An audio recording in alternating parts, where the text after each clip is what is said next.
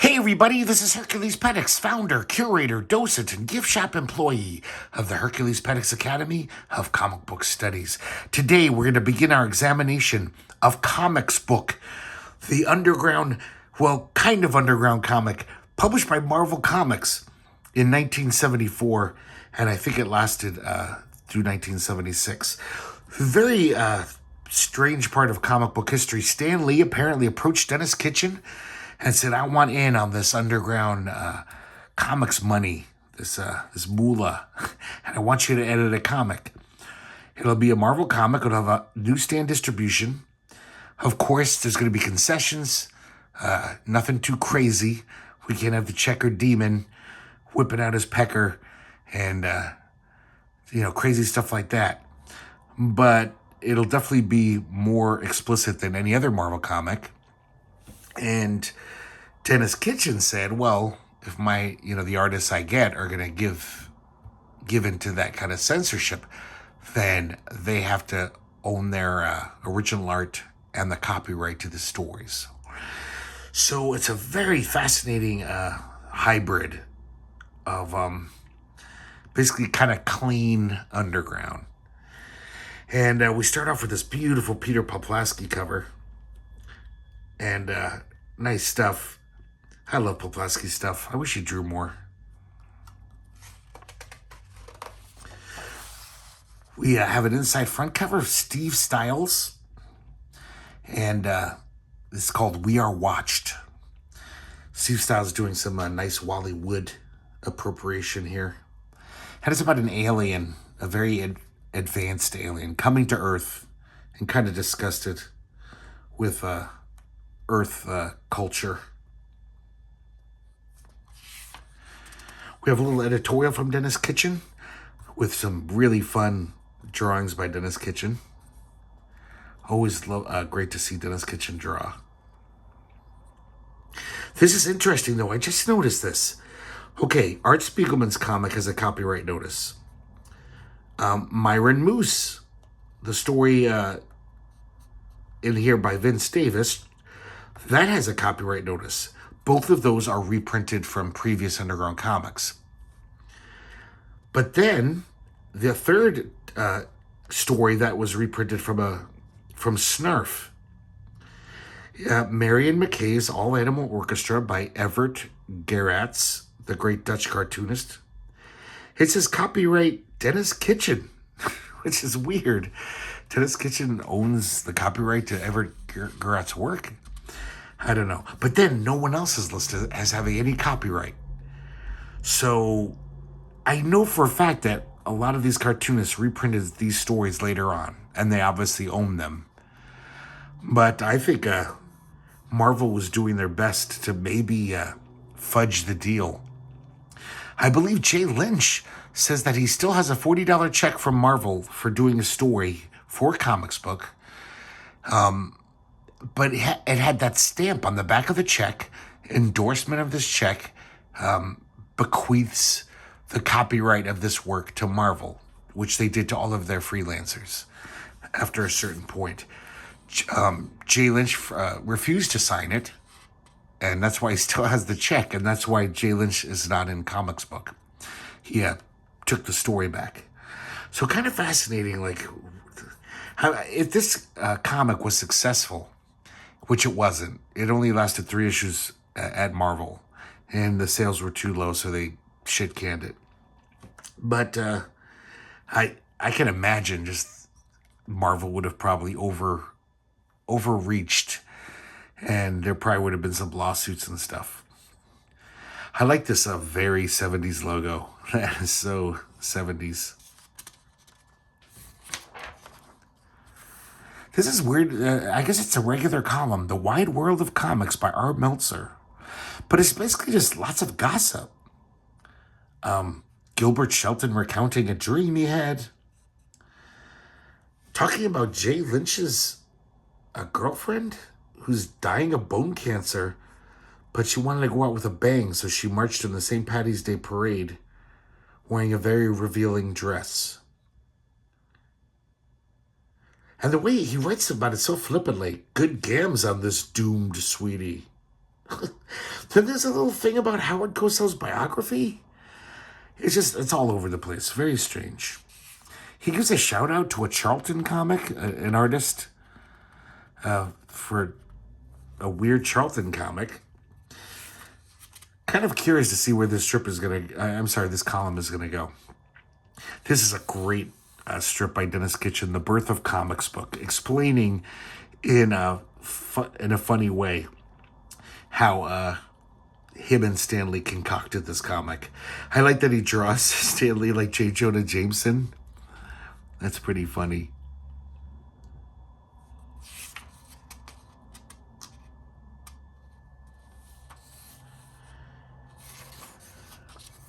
So the first story we have, big story, is Panthea by Trina Robbins. And this is almost like a genre comic. Apparently there's this, in Africa, there's this half panther. Actually, she's half lion, I think. Half lion, half human, kind of an urban legend almost, running around the jungle. This woman is trying to find Panthea. And this local guide, Mongo, he basically is saying, I quit. I'm going back to the States. Because he was born in this area, but he moved to America when he was pretty young. He makes a pass at her, and she says, I don't get off on men, and she slaps him. And Mongo thinks to himself, I'll get her for this. So here's the origin of Panthea. I guess a jet plane or a plane crashed in the jungle. This little girl survived. The natives were going to take her and adopt her, but a lion showed up all of a sudden, and for some weird reason, the lion basically took the girl in and raised her. And then when she grew up, the lion took her as his mate. This is crazy. So, they can't have any drug references in this comic. That was mentioned in some of Dennis Kitchen's writings. But they could show a lion having sex with a woman. And the union of the lion and the woman was Panthea, who's a half lion and half woman. The mother died. Apparently, the lion and his mate were arguing one day, and he accidentally killed her.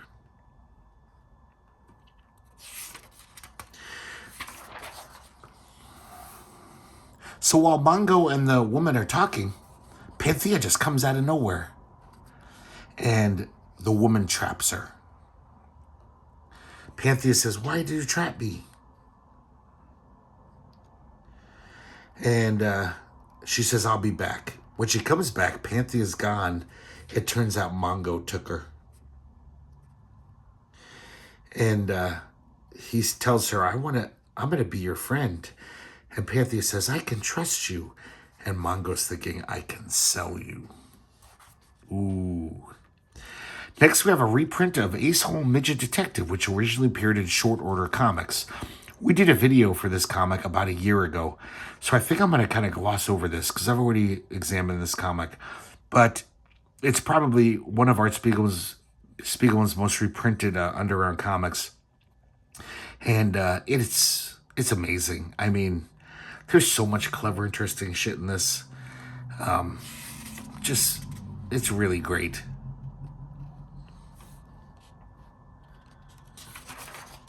Let us flip through it. I mean, this is it's Art Spiegelman has drawn so few comics in his life. He's such a lazy cartoonist. But I mean, obviously when he sets his mind to it, he's not a lazy cartoonist. There's so much packed in this. You could tell that every page took a long time. Thinking up the jokes. Yeah, every panel's got some great pun or word play. Just writing and art is just top notch.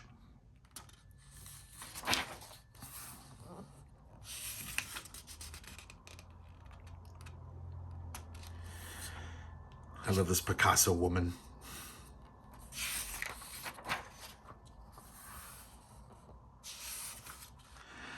He references lots of art movements, lots of artists. There's Guernica, but mostly Picasso.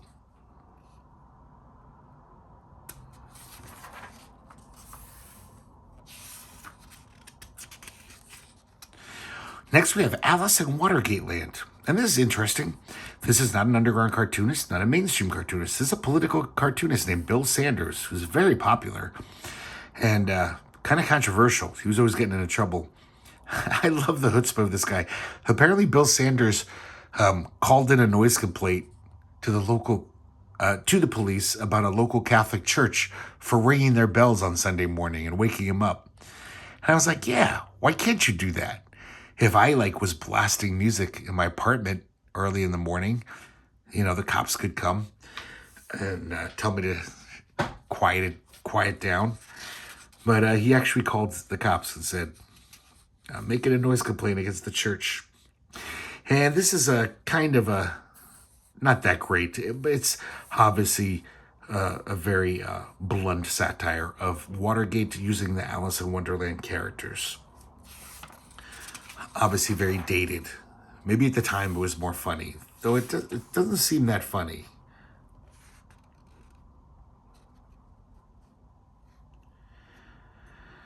Kind of a nice style. You can definitely tell he's a political cartoonist,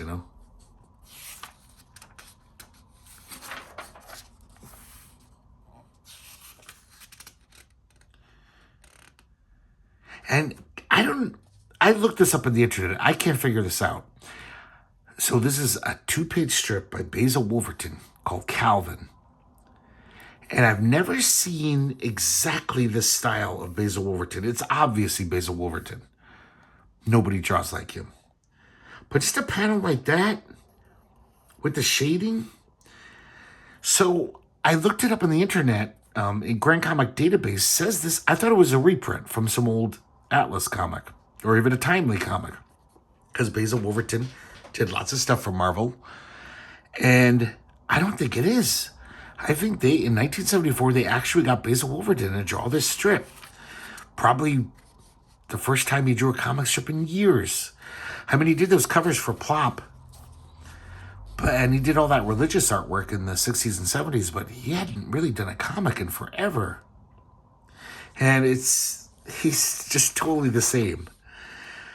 This guy's almost like Powerhouse Pepper. He's kind of a dummy, but he's strong when he puts his mind to it. But look at Basil Wolverton, even though he's an old man, he's drawn circles around some of these youngins. So good. So Calvin, I guess this guy's picking on Calvin, beating him up, and Calvin just expands his body and spins this guy until he's reduced so he can fit in his coffee mug. And of course, there's all the dumb jokes on the signs, kind of puns. Bat biscuits and bananas. Stuff our stump stew. Gulp our gopher gravy. What a weirdo. So this is a reprint from Myron Moose Comics number 2, Travels with Myron by Vince Davis. He's definitely got a very slick, nice cartooning style. And basically Myron, is that his name or is that the moose's name? Whatever. So this hippie decides to leave and find America on this moose. And it's a very abstract milieu. It's not really America. It's almost like some staged play. And then these two hard hat wearing right wing guys show up. They got a Confederate and an American flag on their car. And one of them looks like a Disney wolf from the Three Little Pigs. And they're saying, we're out to find the real America. Not some pinko atheist. We built this country, we're going to look for it. And then for some reason, a film crew shows up, and they're going to make a movie there. Everyone's yelling at each other like, get out of here, I'm trying to find America. You're in my way. And then Mr. Natural shows up. It looks like R. Crumb drew it. It's an amazing approximation. So finally, this repo guy shows up, and he says, "You haven't been keeping up on your moose payments. Repossession effective immediately." He points to the film crew. "We're holding all of your dailies and work prints and negatives until your account is settled. You still owe for the camera." And then the two hard hat guys, they say, "Unauthorized simulation of Donald Duck's car. You'll both be responsible for infringement of copyright," and they haul it away. And then we see the hippie guy's two roommates who he bid adieu to in the first page. "Here we are in search of America." Pretty good story, though. I like how it's they found America. That's America right there. It's not this Jack Kerouac cool journey through the hinterlands. It's the man showing up and taking everything you got. This one is such a great little story. It's Evert Gerards, the Dutch cartoonist, Marion McKay's All Animal Orchestra. And it's just this period piece. And Marion has this All Animal Orchestra. And one of them happens to be Ollie, this elephant who is totally in love with Marion. He's a total, kind of sad sack loser type.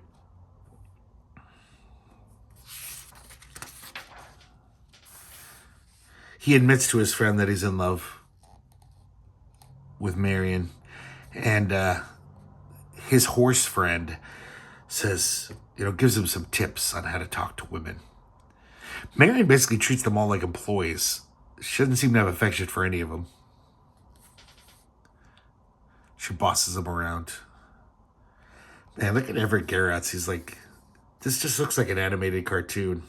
All the characters are all rubbery and bulbous.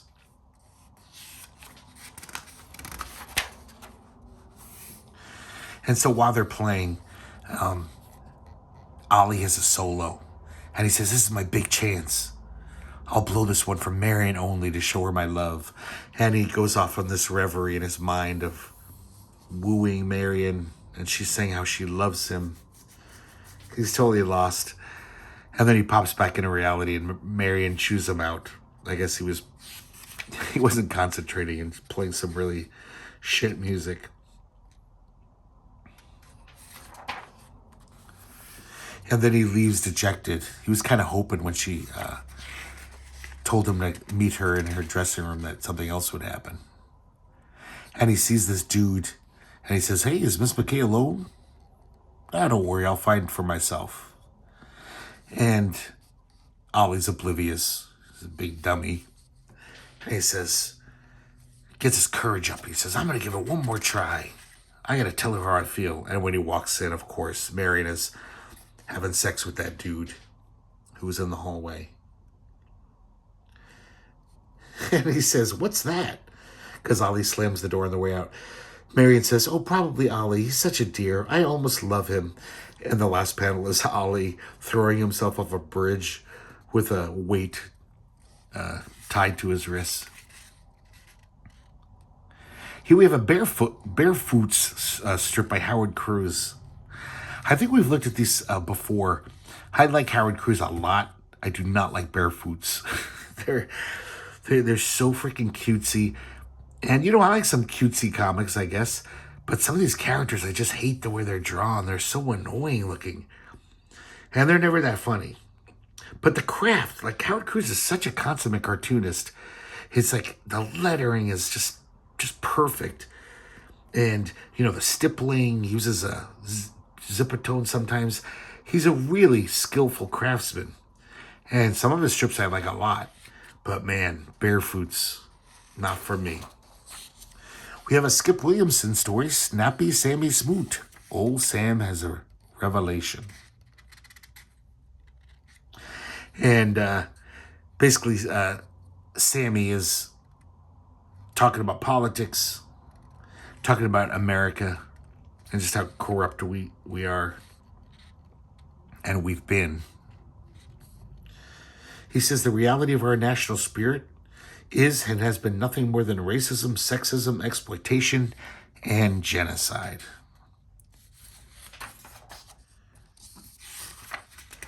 Oh, this is nice. Kim Deitch, Bestial Passion. It's an odd little story, like most Kim Deitch stories. God, I love Kim Deitch.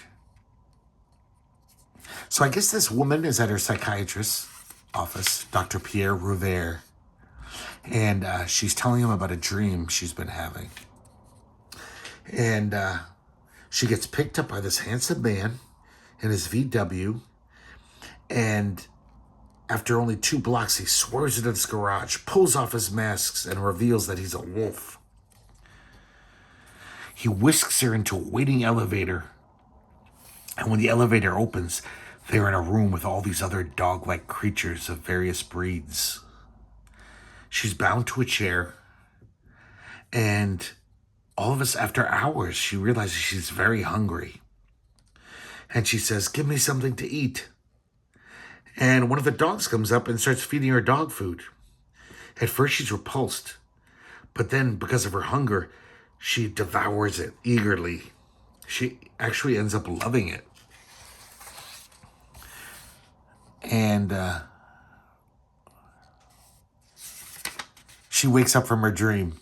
And now we're in the psychiatrist's office. We realize that she is a dog-headed woman, and the psychiatrist is too. And he explains the dream to her. And also extols the virtues of dog food. And he says, hunger dreams are usually associated with unfulfilled sexual needs. And he starts macking on her. And she's like, "Oh, doctor." Such a weirdo. Howard. I don't know how. Sorry, I almost said Howard Cruz. I don't know how Kim Deitch comes up with the stories. He's such a good storyteller. He's a great yarn spinner. Oh, we got another Barefoots comic. And this is a commentary on religion. All the roaches are freaking out because the big boss bug is coming. He's due to arrive that night. And the roaches can't keep their shit together. So it's almost like a commentary on religion using these roaches. Of course, it leads to war. They eventually start fighting each other. Once again, look at the craft on display. Howard Cruz is so good. He's a total pro. But God, I hate looking at this guy too. Ugh. God, I just want to punch that little guy. He's so gross. Little cute hippie. And here's the boss bug. He shows up. And he has all these dumb orders for the roaches. I do love the way he draws these little roaches.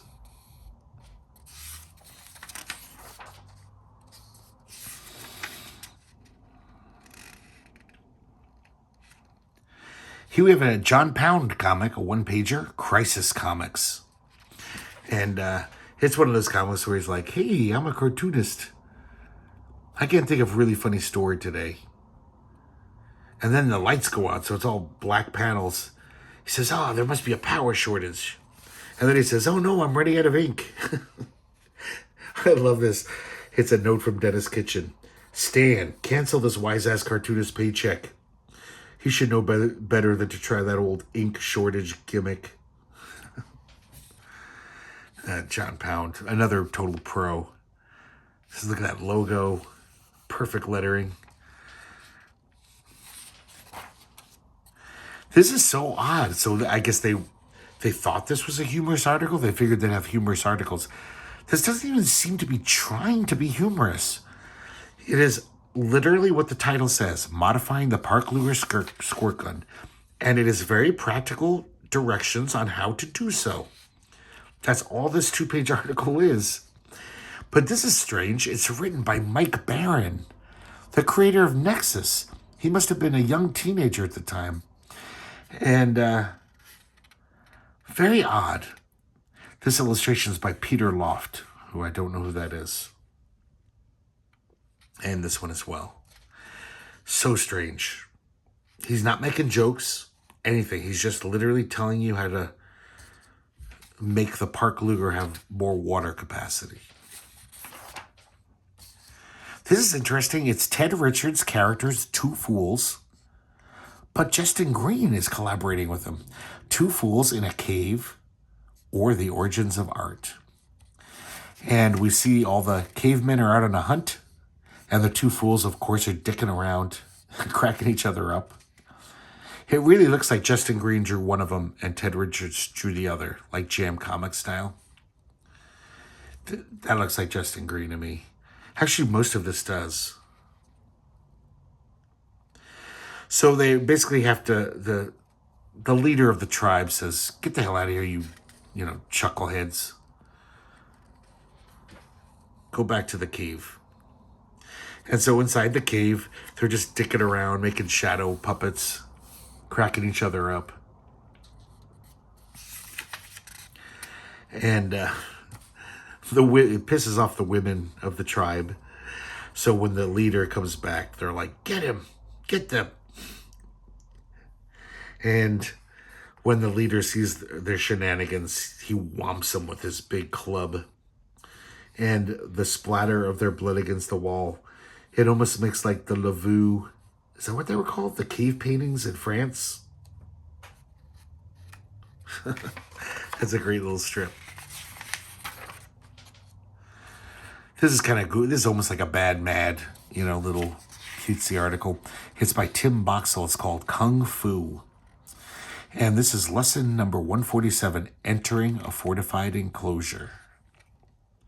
So we see this guy getting ready to leap, and he dives for the wall, and basically he splatters himself, turns himself into the consistency of soup. And then leave instructions for your assistant to sponge you up, squeeze the sponge into a squirt gun, and squirt through a tiny crack in the enclosure. So that's how you get through the wall. Pretty goofy. Kind of fun art, though. This is kind of great gore. Tim Boxall is very good at gore. Another fucking Barefoots comic. So not funny. Man, I love the art in this. Super Sammy Smoot battles to the death with the irrational shithead. And this is a total parody of superhero comics, which is funny because he's working for Marvel. So he decides to kind of nibble at the hand that feeds him. He doesn't make any specific Marvel references, but man, really fun cartooning. Skip Williamson's great. His comics rarely make me laugh or anything, but I love his style. So unique. Just another one of those guys who kind of has this old-timey style. Like he could have done cartoons for the New Yorker back in the 40s or something. So he's Super Sammy's fighting this super villain, the irrational shithead, and it's like a typical Marvel comic.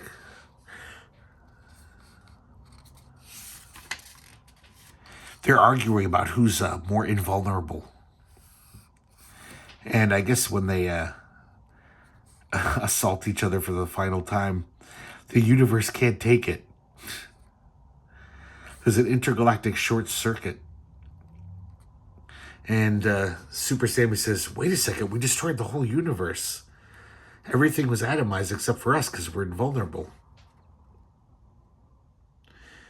And once they get over that, they start fighting again, etc. And here's another comic that we recently looked at. This is Flip the Bird. This is a John Pound's character. John Pound does story and art, and this guy Clark, I can't remember, let me see his name. He co-writes the story with him. Oh, he's not listed in the credits. So this was reprinted in Ground Pound, that 80s collection of John Pound comics. We just looked at it like a month or two ago, so I'm going to kind of gloss over it. But once again, just look at this perfect funny animal cartooning. It looks like this could be a Gold Key comic. Actually, it's way better drawn than most Gold Key comics.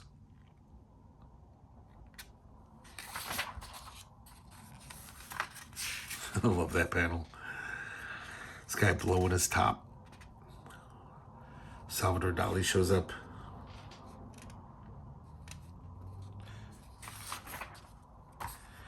Oh, this is nice. A full-on Justin Green comic, We Fellow Travelers. And this kid who kind of looks like Rowdy Nudie, he's got this, like, I don't know, his brother, I think he's supposed to be a mannequin. I mean, he's alive and he thinks and talks, but he has X's for eyes and he can't really move on his own. This main character has to kind of like carry him around. Very strange. God, look, it's so great, this Justin Green art. I love how many panels he packs on the page, too. Pig sucker for that. They're walking through Times Square, and one of the marquees says, "Asshole with a gun. Kung Fu Payback." Asshole with a Gun is a great name for a movie. I guess it's like a hobo with a shotgun.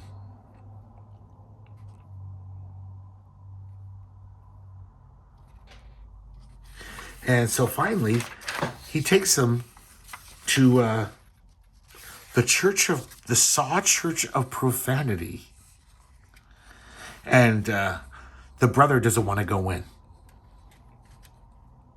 But he kind of forces him to go in. Fuck it and let it fuck forever. Since it's a Church of Profanity.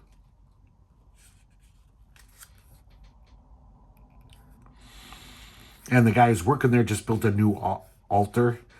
This looks like it could be a subgenius altar. It's just crazy. There's a barber pole on it. Very odd.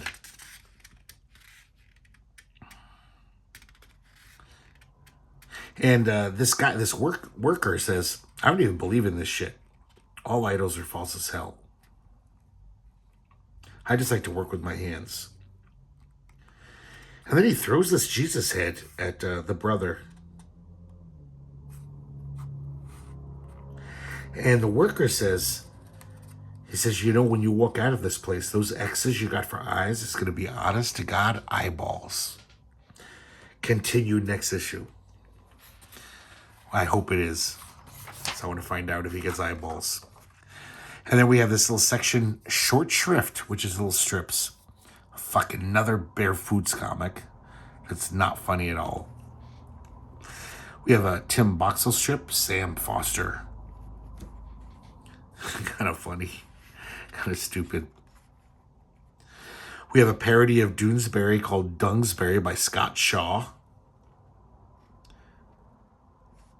I've seen this like so many times before. Making fun of the fact that Doonesbury, the panels never change. And then we have a nice little Dennis Kitchen comic, Fourth Estate Funnies.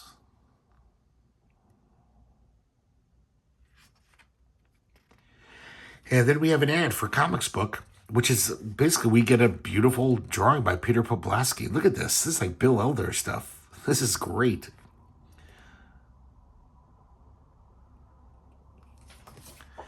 And then we have a really nice looking Skip Williamson back cover, Halstead Street, Stories of Torment and Drama from the Hog Butcher. And this is still a little story about this aging, basically dying drunk. And as he falls over for the last time, this pimp walks up to him. And as he falls, I guess he just, I don't know why he's bleeding, but his blood gets on the pimp's suit. But alas, the fates play the game with black irony. And apparently everyone is like, wow, bloodstains are much more in this year. We love the bloodstains on your suit. This one guy's thinking, I wish I would have thought of bloodstains. So it becomes a trendy fad. Just though, these colors and this cartooning, this is great stuff. That looks so good to me. So there you go, guys. Comix Book number 1. I can't wait to look at the rest of these. There's only 5 issues. So, I don't know. I'm not going to do it next time, but, you know, every 5 episodes or so, I'll show off another one. Hope you guys enjoyed looking at it, and I hope to see you next time here at the Herculespetix Academy of Comic Book Studies.